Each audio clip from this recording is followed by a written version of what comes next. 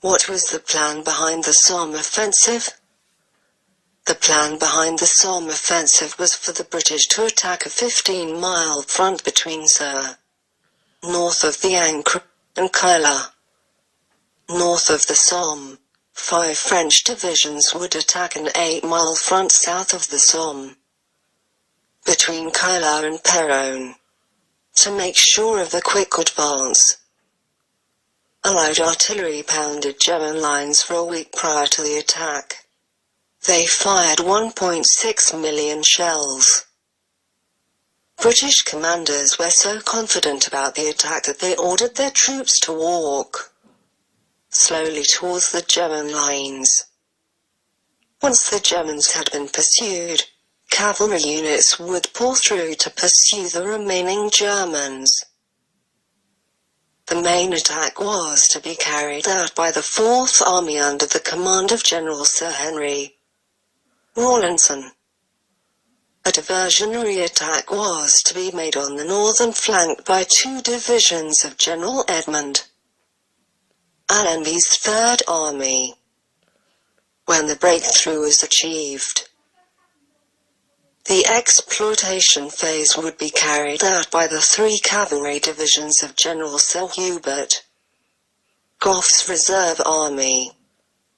For all 3 measures, the Somme would be their first battle in command of an army. Why was the Somme offensive such a slaughter? As the 11 British divisions made their way to the German lines, the machine guns started and the slaughter began. The Germans already had warning due to unconcealed preparations. The Germans set up their positions ready for the British to walk towards the German lines. When they did, they walked it with machine gun fire. At the end of the day, the British had suffered 20,000 losses, which was 1/3 of the original 60,000. After this great loss, local newspapers were littered with lists of deaths. General Haig also had the opportunity to stop the British from being killed, but he allowed them to continue running ground in the hope we might reach the German trenches. He could have stopped immediately, once the Germans started firing and reappraised the situation. But no such tactics for the butcher. Was the offensive in any way a success? Yes, in some ways the Battle of the Somme was successful.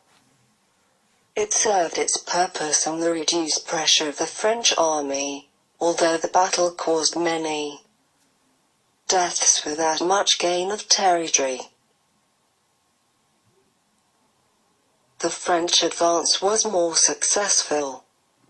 They had more guns and, as opposed to the British, faced weaker opponents, but were unable to do much damage silently without the support of the British, so fled to earlier positions. The attack was so successful because it took pressure off Verdun German. It convinced the Germans that the British were a force to be reckoned, and that it was not going to be an easy war too. It killed some of the best German soldiers, which haunted them later, and it relieved the pressure on Verdun, the French army giving valuable breathing space. What people fail to think about then is that in total 420,000 British soldiers died, but 500,000 Germans died. Now we hear from a private Karasant Safliasan.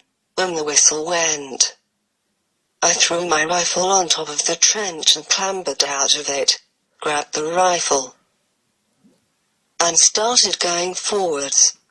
There were shell holes everywhere. I must have covered 5 times before I got to the first line. And there were lads falling all over the place.